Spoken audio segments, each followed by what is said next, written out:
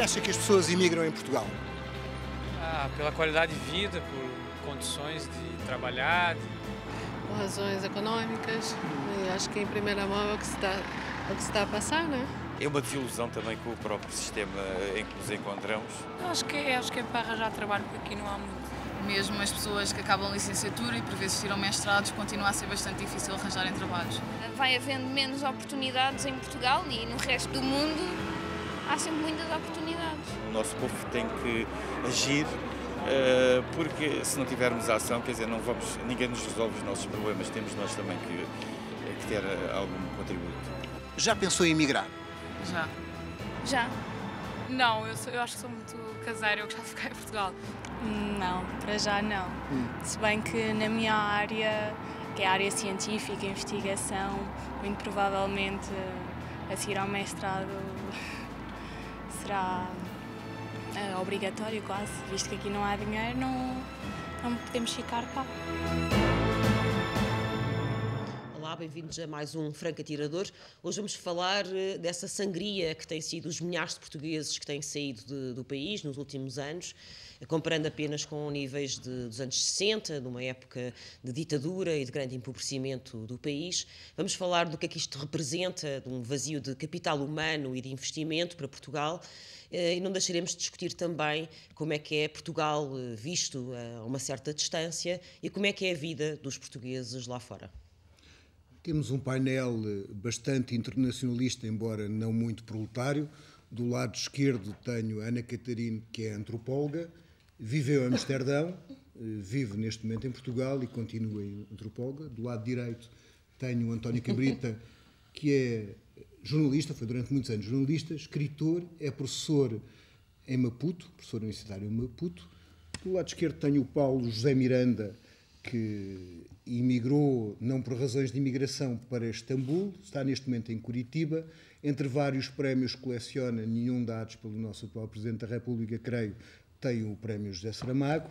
Aqui ao lado esquerdo, a moderar, tenho a Joana Amaral Dias, que estudou nos Estados Unidos. Tu gostavas que emigrasse? E eu, que gostaria que emigrasse, e eu, Nuno Ramos Almeida, nasci na Checoslováquia, portanto vamos ter um bom debate, pelo menos sobre o estrangeiro. E vais apresentar a Paula Gil, não? E a Paula Gil. Não sei, acho que se calhar ficava de bem. E a Paula Gil, que estudou no Reino Unido, e que é uma das organizadoras da geração Arrasca, que faz agora 4 anos, salvo erro, as manifestações da geração Arrasca, e que tem muito que ver com a questão da falta de condições que as pessoas têm em Portugal para viver. Muito bem, eu se calhar começava por ti, Paula, por falar estas duas coisas.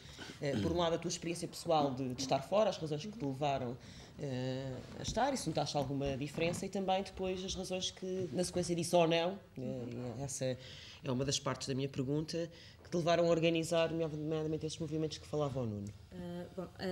A minha experiência de migração é muito normativa, se quisermos.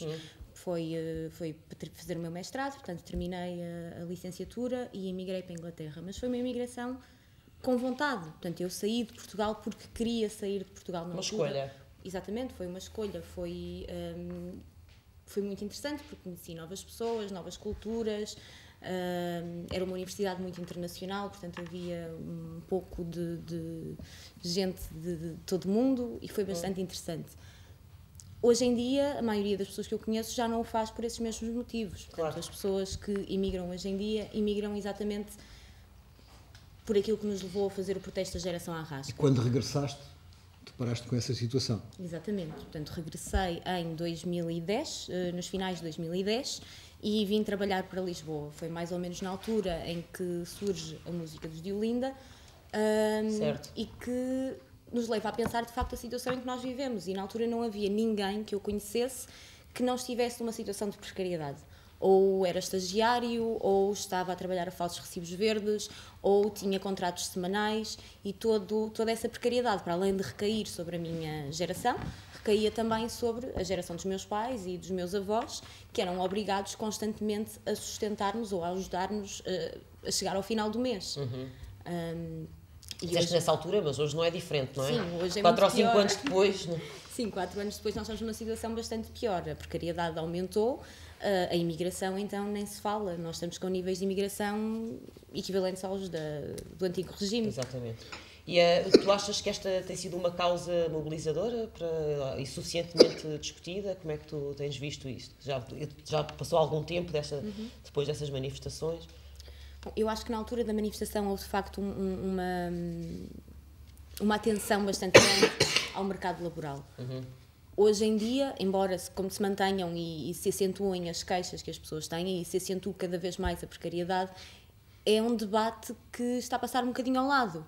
Porque, como o desemprego é tão grande, há muito aquela ideia de, ao menos tem trabalho, como se o facto de ganharmos 2,90€ por hora em contratos de 7 dias, às vezes de um dia, recibos verdes, sem qualquer condição, a trabalhar 12 horas por dia. Isto é melhor do que nada. Isto é melhor do que nada. Portanto, como se regimos quase de escravatura. Exatamente. Porque na escravatura as pessoas também Mas tinham casa e comida. na escravatura ao menos tinham casa e comida, não é? Nós não temos direito a nada, ainda pagamos para trabalhar. trabalhar. Diz, olha, é melhor do que tens 300€ por mês ou 400, é melhor do que não teres nada. Exatamente.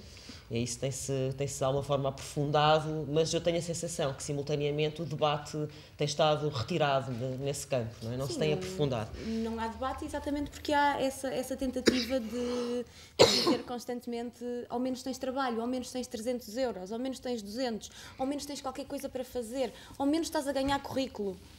Pois, bom, fazemos o debate aqui no Franco Atirador. Paulo, tu tens uma experiência diferente, não é? Saíste do país para a Turquia inicialmente, como há bocado referiu. Hoje em dia estás no Brasil, em Curitiba. Queres-me falar um bocadinho da tua experiência como cidadão do mundo? Sim, a minha experiência não é de imigrante, não é? É de alguém que viaja para outros lugares e fica nesses mesmos lugares. Eu viajei... Um viajante.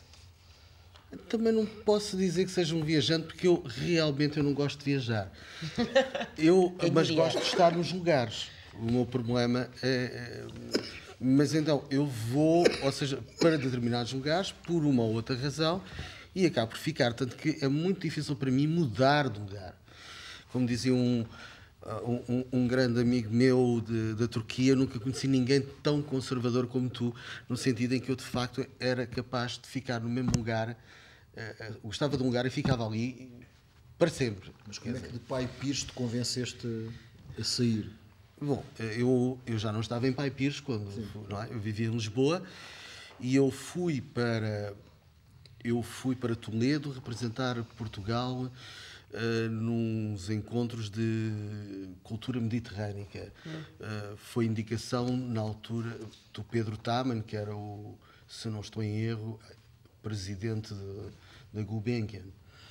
E eu fui representar Portugal e eram 15 dias em Toledo, onde estavam pessoas de todo o Mediterrâneo, onde havia, de facto, trabalhava-se mesmo, porque todas das 9 à 1 e depois já não me recordo bem se era, mas eu sei que havia várias horas de intervalo por causa da siesta, mas tínhamos depois mais 4 horas da parte da tarde. E tínhamos de ir para lá com várias leituras feitas que eram obrigatórias, em várias línguas. Era o Dom Quixote de La Mancha, a Divina Comédia e o Colar da Pomba de um escritor árabe andaluz. E, portanto, nesse contexto eu conheço uma pessoa que era realizadora de cinema e socióloga, e acabo por me envolver com ela comigo, e eu desvio-a do projeto dela de ir para Barcelona, desvio para Lisboa, para a minha casa. Ela apaixona-se por Lisboa, fica um pouco em Lisboa e depois também, não é? Sim, e depois leva-me para Istambul. Isso foi em que ano é que foste para Istambul? Portanto, há quanto tempo estás fora? Istambul, boa pergunta. Eu acho que foi em 99. 99, ok. Portanto, já são século uns anos. Passado. Paulo, diz-me uma coisa, que esta estada já é longa, não é? Fora de Portugal, fez-te mudar a maneira de ver o nosso país? Tens hoje uma perspectiva diferente sobre Portugal, sobre os portugueses? Há uma diferença muito grande que é de quando eu regresso de Istambul, que eu depois tive um ano ainda antes de ir para o Brasil, e depois, quando eu regresso de Istambul, eu não vejo diferenças. Mas eu, quando fui para o Brasil, o engenheiro Sócrates tinha acabado de ganhar as eleições, não foi por isso que eu fui, mas também não seria uma má razão. Não seria.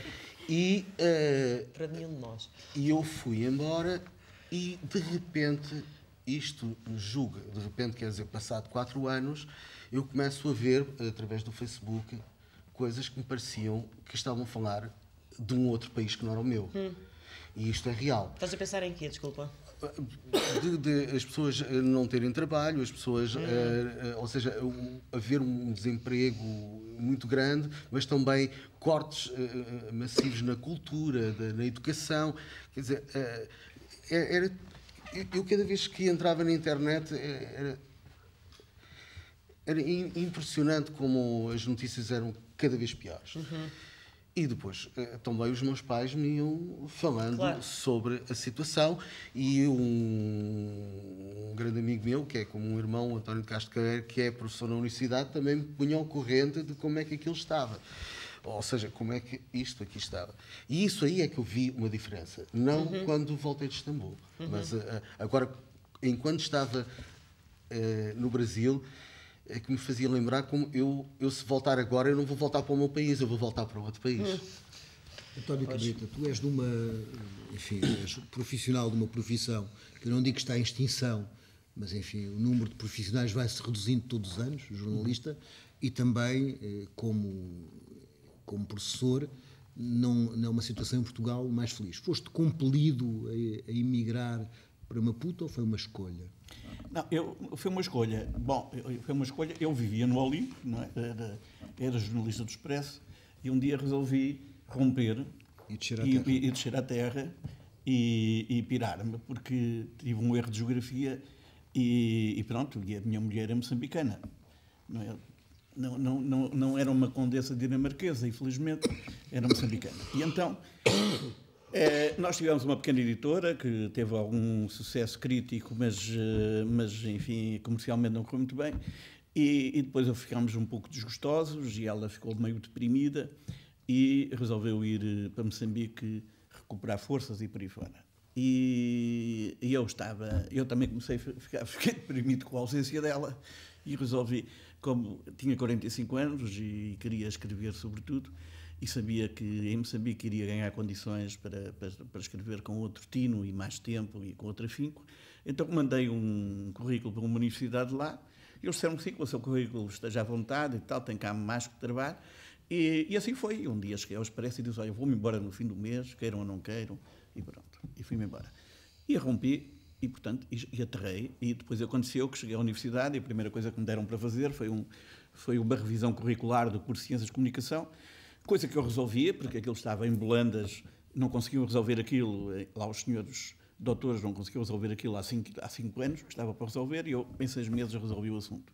Mas depois deram-me um contrato, então, não é? E então aí desci à realidade de facto, porque eu não tinha perguntado quanto é que se ganhava em Moçambique, não é? Qual era a tabela das universidades, não é? Esqueceste. Fui histórico. Não, fui um tolo. Fui um tolo. Então, porque eu fui romanticamente, portanto, eu fui mesmo romanticamente em todos os sentidos, ainda mantenho, enfim, o meu coração à esquerda traiu-me, e lá fui, absolutamente embarquei naquela aventura, e depois cheguei lá e então deram-me um contrato de $500. Bom, eu tinha largado um bom ordenado, não é? E uma situação, enfim, que era confortável. E então aí aprendi a resiliência, não é? Que é a capacidade de aprendermos com a experiência da decepção sem ficarmos traumatizados com isso, e isso tornar-se, enriquecer-nos e tornar-nos mais eficazes. E então, pronto, e tenho andado de resiliência em resiliência, Portanto, tu és um caso que emigrou para ficar a ganhar pior, não é? Para ficar a ganhar pior. Sou tipicamente... Também há. Ganhei em tempo. No fundo, era isso que me interessava. A nossa Ministra das Ganhei em Finanças tempo. não te ouça sobre essa virtude da resiliência e não nos vá cortar mais. E, portanto, aquilo, pronto, de lá já fiz tudo. Eu sou professor universitário, mas já dirigi uma revista cultural, já escrevi séries para televisão, tenho escrito guiões para documentários e para filmes e por aí fora, e já fiz N coisas, mas sinto-me sempre a recomeçar do zero todos os anos. Por exemplo, agora vou dar este caso, agora a universidade, o chamaram dos recursos humanos da universidade a dizer: senhor, vai mudar de contrato, vai subir de categoria, vai ser aumentado $500, e vai ter um contrato de 5 anos, portanto tudo isto é favorável, mas em contrapartida vai estar 3 meses sem receber. A transição dá isto. E portanto tem sempre estas coisas inesperadas do outro lado, e que estão sempre presentes. São sempre presentes porque o tipo de, digamos, é uma realidade que não flui como a nossa. Portanto, é outro tipo, tem outro tipo há outro tipo de comportamento social, da relação com as coisas, os códigos sociais e culturais são muito diferentes, o que leva a que as pessoas olhem aquilo como um paraíso, e não é, e vão daqui iludidas, entre outras coisas, por causa da língua. Porque pensam, fala-se a mesma língua, vai ser mais fácil. Há cada vez mais portugueses em Moçambique, não é? Mas há com certeza muitos portugueses clandestinos também em Moçambique, porque chegam lá e aquilo não é o que eles estão à espera e, de facto, depois não têm como voltar. E como é que tu vês, há quantos anos é que estás? Há 10 anos. Há 10 anos. E foi uma década que mudou muito em Portugal. Sim. Como é que tu vais vendo como é que tu vais vendo essa mudança? Olha, vejo com tristeza e preocupação, até porque tenho cá filhas, mas e há de facto, quando nós estamos num país que de facto tem problemas estruturais gravíssimos por resolver, relativizamos um pouco esta crise de ricos. Vocês desculpem, mas isto, visto lá de baixo, parece uma crise de ricos. Evidentemente que depois há a expressão disso no desemprego e por aí fora, que tem aumentado exponencialmente, e dei conta realmente do grave problema que tem, enfim, das mutações funestas que têm acontecido, sobretudo através da saúde. Eu antes de ir, no último ano antes de ir, tive um caso, um acidente, e tive uma semana no hospital, fui operado e por aí fora e tal, e saí do hospital ao fim de uma semana e ter sido operado e paguei 22 euros. Certo. E portanto, e então sou um pouco atento a esses problemas, porque de facto fiquei a perceber que tínhamos um Serviço Nacional de Saúde absolutamente fantástico. Tínhamos. Sim.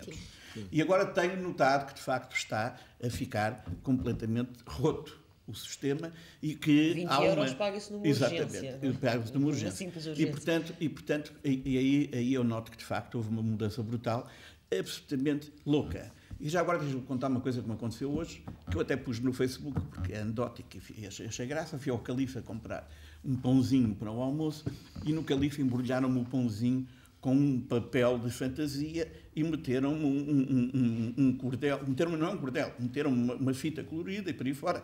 E eu disse, mas isso não é um presente.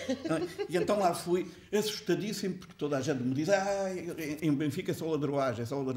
E então eu andava assustadíssimo, a pensar que alguém me ia atacar, a pensar que eu levava ali dentro uma orivesaria, qualquer coisa assim, era apenas um pão. Mas fiquei a perceber que uma das loucuras deste país, neste momento, uma das grandes crises, é que perdeu-se completamente do norte sobre o que seja o essencial e o acessório. Ao ponto de um pãozinho de €1 ser embrulhado como se fosse um presente de Natal. Não é? E, portanto, eu penso que isto é sintomático. É mais como uma anedota que é bastante sintomático do estado das coisas. Ana Catarina, tu foste para Amsterdão, nomeadamente para estudar, e continuas a estudar aqui. E estiveste num movimento associativo, num movimento estudantil durante uma série de anos. Quando regressaste, quais foram as diferenças principais que sentiste no país? Bom, começando pela experiência, eu emigrei para Amsterdão em 2005, depois de uma experiência de Erasmus, igualmente. No caso, em Paris.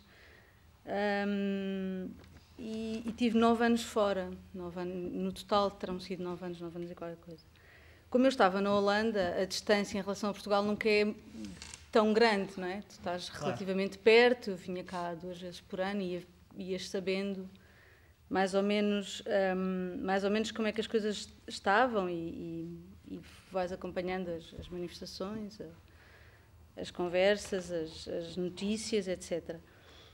E a decisão de voltar, que foi recente, foi em outubro, portanto voltámos numa altura ótima, em que o país está ótimo, foi uma decisão também de, por um lado, de loucura, sim, mas também quase uma reação a um apelo para emigrarmos, ou seja, eu testemunho o apelo para a imigração ainda na Holanda, não é? E achei aquilo, enfim, Estás a falar, só para lembrar quem está a ver... Do Primeiro-Ministro que apela a que os jovens saiam da sua zona de conforto e imigrem. E deixem de ser piegas.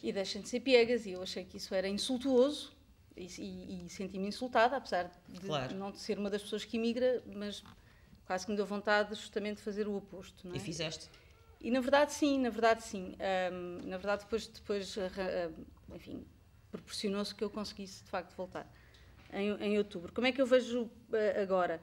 É muito estranho, porque 9 anos, apesar de tudo, e apesar de eu ser muito perto, e apesar de vir cá várias vezes, o facto de voltar a viver cotidianamente aqui, percebes que afinal não sabias assim tanta coisa do que é que se foi passando nestes últimos 9 anos.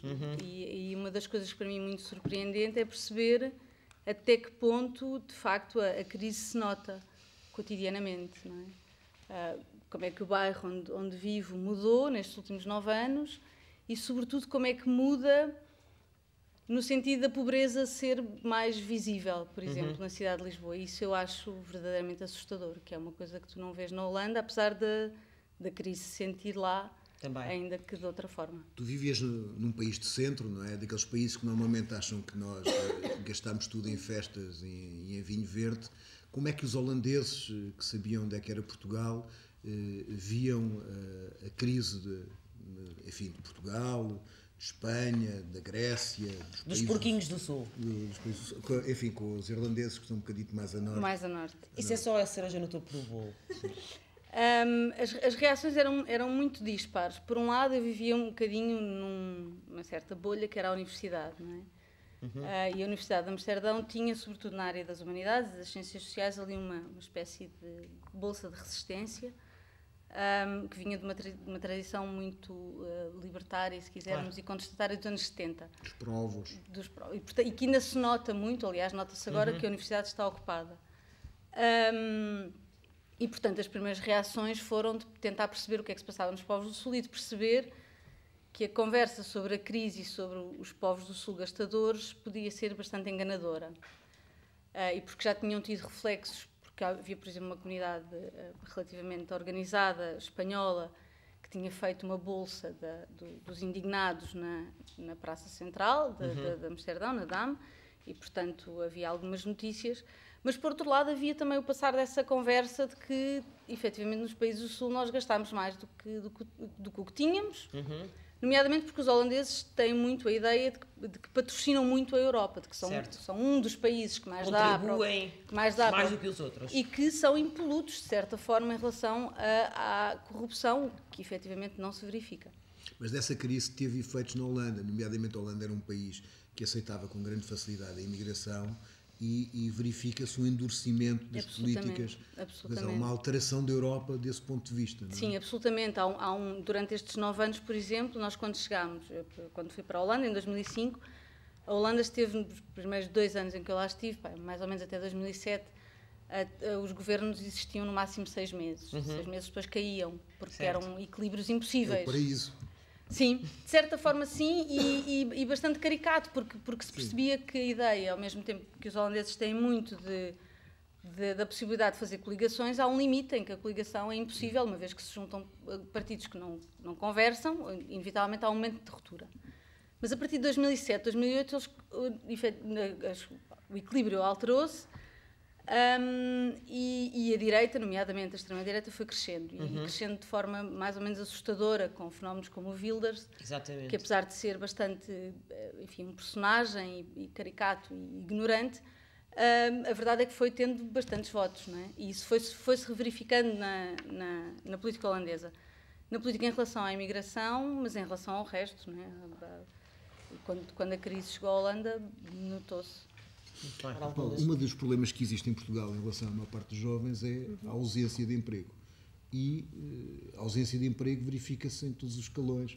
E parece que o único emprego que cresce são os call centers, que é parece que é a única saída. Eu, antes de mais, eu não concordo que haja ausência de emprego em Portugal. Há pessoas que trabalham 12 horas por dia, que se calhar se trabalhassem 8, havia quanto mais não fosse lugar para um part-time. Não há ausência de emprego, há o esticar das horas de um trabalhador e a diminuição brutal do seu ordenado. O call center vai surgindo porque, de facto, nós tornamos-nos um dos países mais baratos da Europa para trabalhar. Nós somos o equivalente à Índia na Europa Ocidental. Com as vantagens todas. Com as vantagens todas ser na Europa Ocidental. Ser na Europa Ocidental. Portanto, jovens altamente qualificados, 3 ou 4 idiomas que cada um de nós fala, pelo menos. Disponibilidade total, porque há pelo menos 1.400.000 desempregados e, portanto, há um desespero e uma frustração gigantesca entre a população. E uma concorrência. E uma concorrência, exatamente. Uma pessoa que não aceita um trabalho no dia seguinte há 30 claro. que o não querem. aceitas por 400 euros, amanhã estão aí muitos à porta a pedi-lo. Exatamente, e portanto há sim uma chantagem constante para essas 12 horas, 15 horas, 16 horas diárias que muitos de nós trabalham, por uma miséria que, pronto, ronda entre os 500 e os 800 euros por mês. Mas estamos condenados a este paraíso que está ilustrado na frase de um dos patrões nacionais dos supermercados, que diz que para haver emprego é preciso haver salários baixos. Estamos condenados a isso, na tua opinião? Enquanto deixarmos, estamos. Enquanto continuarmos a aceitar as condições que nos propõem sem as rebatermos, estamos de facto condenados a isso. Nós somos os nossos próprios carrascos. Sim. Nós somos os nossos próprios carrascos. Enquanto 2,90€ e um supervisor aos berros e 12 horas por dia for aquilo que nós nos sujeitamos e submetemos, estamos condenados a viver como vivemos. Tu queres dizer qualquer coisa, não era, António? Assim, esta questão do desemprego é evidente que é muito importante e é preciso dizer também e esclarecer isso, que essa é uma das razões que vão parar tantos portugueses em Moçambique e vão iludidos. Vão iludidos porque não há trabalho. Como a tua própria história mostra, não é? Vão iludidos porque não há trabalho, há quem vá daqui com grandes empregos e com grandes contactos e tal, e vai numa situação completamente artificial, que nem sempre corre bem, nem sempre dura muito, mas a maior parte das pessoas que aterram lá para buscar emprego não sabem que neste momento o desemprego é também um dos problemas graves junto da juventude moçambicana. E então o que é que isso vai arrastar outros problemas, como por exemplo xenofobia e por aí fora, porque os jovens moçambicanos começam a formar-se e a não ter trabalho. E não há trabalho porque de facto não há um tecido industrial que seja, que seja virtualmente capacitador para integrar tanta gente. E não integro os naturais, quanto mais os imigrantes. Mas estás a dizer que começa a haver uma certa rejeição da comunidade moçambicana? Começa a haver uma certa rejeição, sobretudo dos portugueses, mais do que de outros sítios, porque os portugueses, digamos, a nossa diplomacia tem sido completamente, não faz o trabalho de casa, não estuda, e chegam lá e têm sempre os mesmos disparates, repete continuamente os mesmos erros. Por exemplo, chegam lá e a primeira coisa que fazem são discursos sobre a lusofonia. Olha, eles são absolutamente contra a lusofonia. Sabe o que é contra a lusofonia? Porquê é que é contra a lusofonia? Por uma razão simples, básica e inclusivamente justa. É que 90%, de quando foi da independência, havia 90% de analfabetos em Moçambique. E, portanto, a conquista da língua, hoje há 50% de analfabetos, e a conquista da língua, a conquista do português, foi feita através do esforço dos moçambicanos, quando escolheram a língua oficial e depois criaram as condições para se reduzir, no mínimo de tempo possível, a questão da iliteracia e do analfabetismo. E, portanto, é uma tolice querer transformar o português num capital político.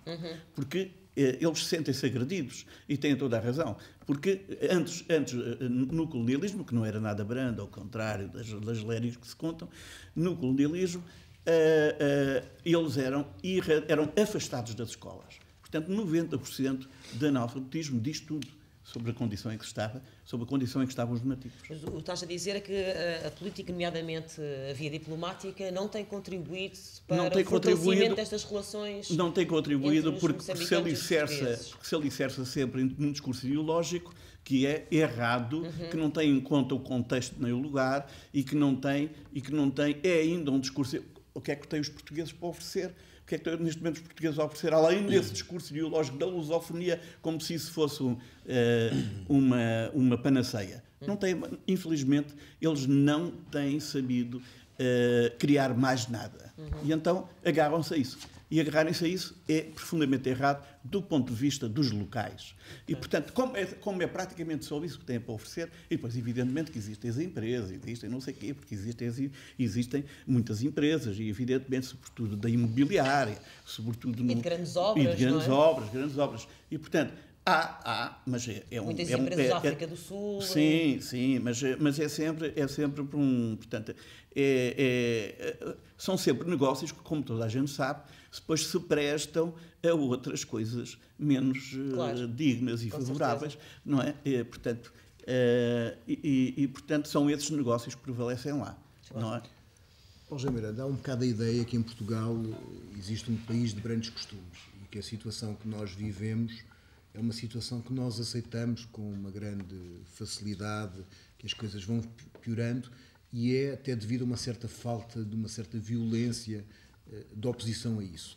Tu que estás de fora e que de alguma forma nos teus livros, pelo menos no penúltimo livro, um bocadinho em jogo de computador, reflete isto sobre a questão da violência, parece que isso é verdadeiro? Bom, a questão da violência é diferente da questão da cidadania, não é? Ou seja, eu julgo que ao nível da cidadania os portugueses de facto não reagem, isto é, ou seja, a situação está como está e as pessoas aceitam. São violentados e não reagem. Exatamente. Agora, não vou dizer que o português não seja violento, não é nesse contexto da cidadania. E isso ele não é, contrariamente, por exemplo, ao povo turco, que é mais... ou seja, ele vai mais para a rua do que o povo português. E os brasileiros também, não é? Os brasileiros também. O Brasil está a atravessar um momento algo conturbado a nível político, mas as pessoas, de facto, têm uma participação muito mais ativa do que aqui, sem dúvida. Agora, violência é outra coisa e sem dúvida o Brasil é muito mais violento do que Portugal e isso é absolutamente indiscutível. Para vos dar um exemplo, onde eu vivo, todos os dias há alguém assassinado, quer dizer, todos os dias, não é de quando em quando. Isso já não é sequer notícia. Notícia era se fosse algo, ou seja, 10... Se viesse como no Odorico Paraguaçu, naquela novela, é que não morria ninguém na Terra, não é? Isso é que era notícia, não é? Não, sim, isso aí seria absolutamente fabuloso. Mas não sei se venderia, não é? Mas de qualquer modo seria notícia. Agora, aqui não. Aqui, quando há um crime, de facto, é notícia, abre-se jornais, lá é todos os dias. E eu estou a falar num lugar em que é na região de Curitiba. Se vamos para São Paulo, então... De alguma forma, as instituições, apesar da crise, ainda funcionam aqui, as pessoas canalizam os seus conflitos do ponto de vista das instituições e da sociedade normal e do seu comportamento, e no Brasil aquilo ainda está numa fase pré-institucional em muitos aspectos, quer dizer, a resolução dos problemas e o crime se faz através disso. Porquê é que tu achas que há essa falta de cidadania em Portugal? Nós tivemos uma revolução, coisa que os brasileiros não tiveram, não é? Porquê que há essa falta de cidadania passando 40 anos do 25 de Abril? Não sei, eu acho que tem um pouco a ver com isso que dizias de início, não é? Dos grandes costumes. Há aquela célebre frase de 74, acho que foi... É só fumaça, o povo é sereno. Exatamente, exatamente. É só fumaça, o povo é manso, não é? O povo é manso, sereno. Mas foi continuada com o bar da merda para o povo, não é? Sabes disso? Pois, mas sim, mas e continua a ser, não é? Ou seja, a questão é essa, que de facto nós continuamos serenos e não há uma reação. Não... Reparem uma coisa, vamos a ver. Tudo o que tem agora acontecido com o nosso Primeiro-Ministro. Mas, quer dizer, por isso simplesmente... Mas por causa da segurança social, portanto. Sim, exatamente. E tudo é levado como se isto fosse pura e simplesmente natural. Ou seja, isto é assim. Não se pede responsabilidades, não se pede medidas. Não, é assim. Portanto, é este o modo que eu vejo em relação ao português e ao seu modo de expressar a cidadania. Em relação aos grandes costumes, eu não concordo. Parece que é mais um mito criado pelo salazarismo do que propriamente uma narrativa que foi interiorizada. Exato. Eu acho que isso se olharmos para o século XIX, por exemplo, português. Nós matamos um rei, nós atiramos o condendeiro pela janela, nós fizemos greves ilegais. Os portugueses, o povo, a guerra civil. não é de todo um povo de grandes costumes. Isso foi uma cultura salazarenta. Os 48 anos de ditadura não podem ter criado nas pessoas essa calmia artificial. Eu acho que foi mais a interiorização da imagem, não é? De respeitinho, do honradinho, do pobrezinho, mas que paga todas as suas dívidas, e de uma hierarquia que se foi formando na nossa sociedade. E acho que, essencialmente, nós fizemos de facto uma revolução, mas no dia seguinte disseram-nos: vocês agora podem votar e podem falar à vontade. Ninguém se esforçou para que houvesse uma cultura democrática em Portugal. Uma cultura de democracia, uma cultura de cidadania. A maioria das pessoas hoje em dia, da minha geração, não fazia ideia que se poderia fazer uma manifestação sem um partido, sem um sindicato. E acho que ainda estamos, 40 anos depois, a aprender como é que se vive em democracia, como é que se é cidadão. Sim, mas nós achamos que o Primeiro-Ministro... Nós não fizemos uma revolução. Essa é que é a questão. Essa é que é a questão. Nós não fizemos uma revolução. Nós, inclusivamente, aqueles que nos puseram onde nós estávamos foram embarcados com todas as condições e foram para o Brasil, onde eu estou agora. Não houve revolução. Essa é que é a grande diferença. Esse é que é o problema. É que não houve. E mais, aqueles que se foram embora estão agora aqui a comandar o país. Esta é que é a questão. Não houve revolução. Bom, Ana Catarina, só para... Quem é que manda no país? Quem é que... Vamos ver quais são as famílias, onde é que elas estavam antes de 25 de Abril, onde é que elas estão agora? Os tais donos do país. Eu acho que houve uma revolução. Eu acho que houve uma revolução. Não houve, foi uma revolução de mentalidades. Se houvesse uma revolução, eles não estavam aqui agora. Tinha que haver uma alteração de mentalidades para haver uma revolução. E isso nunca houve. Pois, não houve. Em país algum. Bom. Ana Catarina, deixa-me fazer-te uma pergunta, que é uma discussão que eu tenho tido com outras pessoas, noutros fóruns, que é, partindo do princípio que será importante a curto ou a médio prazo fazer com que muitos portugueses regressem, por várias razões. Primeiro porque é toda uma geração, não é, que se perdeu, para não falar do investimento que muitas vezes foi feito nessa geração pelo Estado e que acabou por ser aproveitado por Moçambique, pelo Brasil, pela Alemanha, pela Holanda, por Inglaterra, por quem foi. Será que é suficiente nós termos... Minha pergunta é, e para pedir a tua opinião, imagino que tenhas contactado também com a comunidade portuguesa lá fora, será suficiente que Portugal recupere e que volte a ter emprego? Eu pergunto isto porque tenho a sensação que há uma parte da diáspora portuguesa que está muito zangada com o país, que se sente maltratada, que sente que o país não a acolheu, não lhe deu o colo, não lhe deu as mínimas condições, e mesmo que existisse, nem todos serão como tu, e que mesmo que existisse emprego e condições para voltar a trabalhar e ter uma vida minimamente satisfatória em Portugal, não o fariam porque se sentem de facto ainda ressentidos com o país. Qual é a tua opinião? Eu acho que há duas questões. Há, por um lado, uma imigração que é feita por expulsão, que não foi de facto o meu caso, não é? Sem alternativas, digamos. Sim, e que, portanto, imigra às vezes em condições bastante precárias, não é? Mesmo para a Holanda, ou seja, não são só quem imigra para Moçambique ou para... E há uma geração...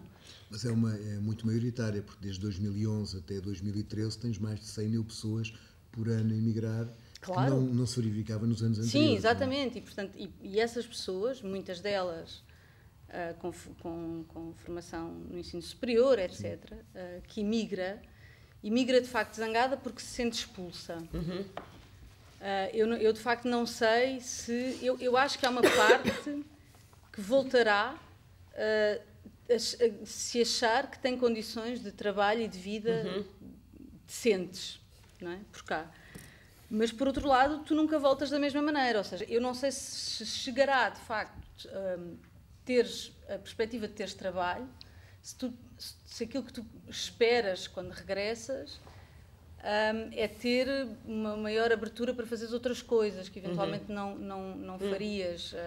Estás a falar, por exemplo, de outras condições para fazer investigação, para trabalhar, ter qualidade de vida nas cidades. Para teres associativismo, para teres outros jornais, para poderes fazer o teu jornal de bairro, para poderes, sei lá... Também tem muito a ver com as práticas que claro, a pessoa adquiriu lá fora. Exatamente, ou seja, não sei se chegará de facto a questão do emprego.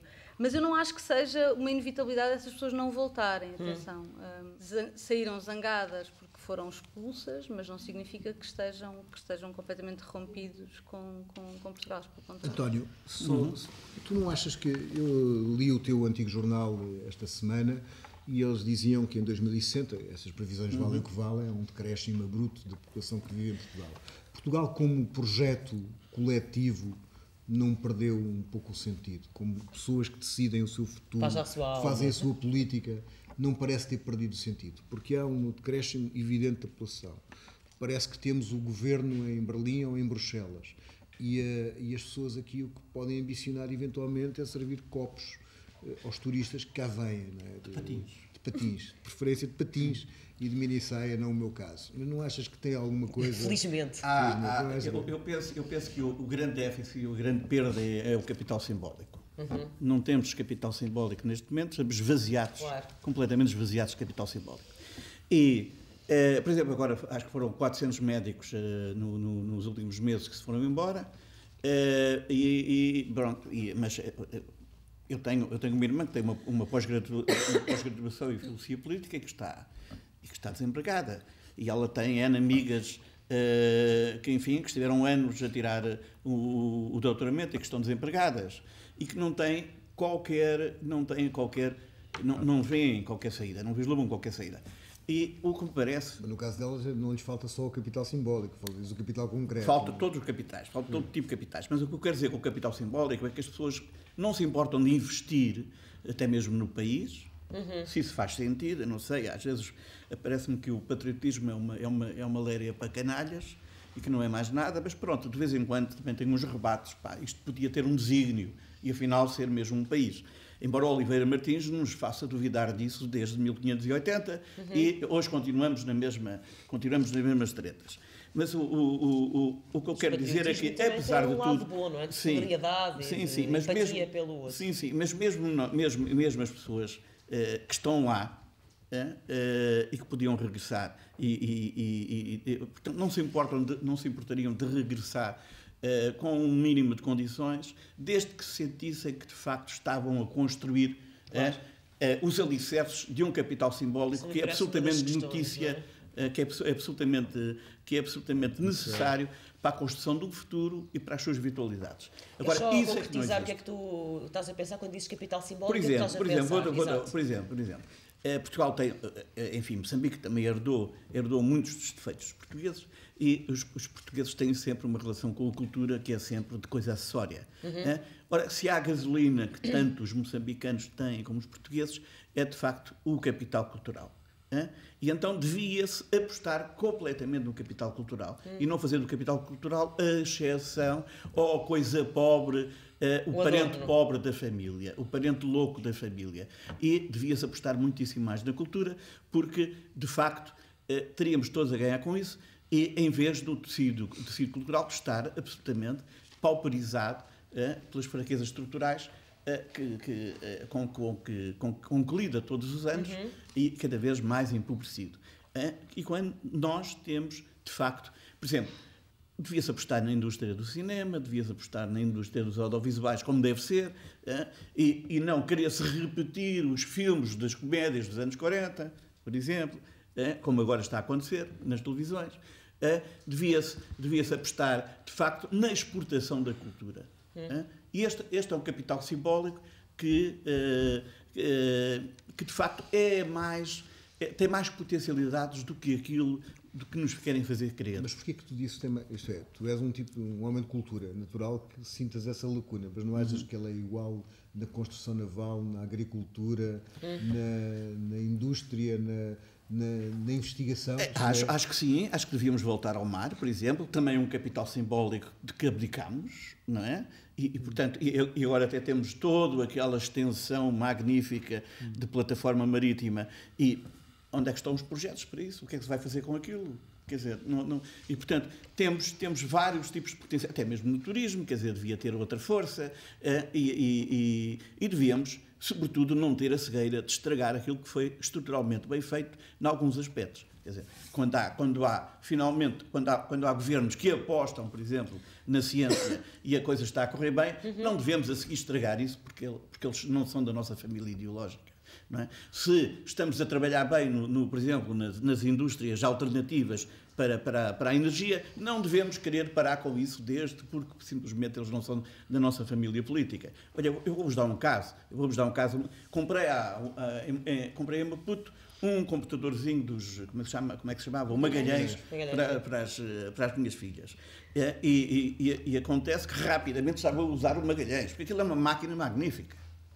Absolutamente magnífica. Estou quase a ver-te numa cimeira americana, ibero-americana. Não, mas é que de facto, é uma loucura depois arrebentar com coisas que foram estruturalmente feitas, simplesmente, quer dizer, simplesmente por nada, não é? Sim. Porque estamos simplesmente a patinar sobre uma camada de gelo que está a acabar.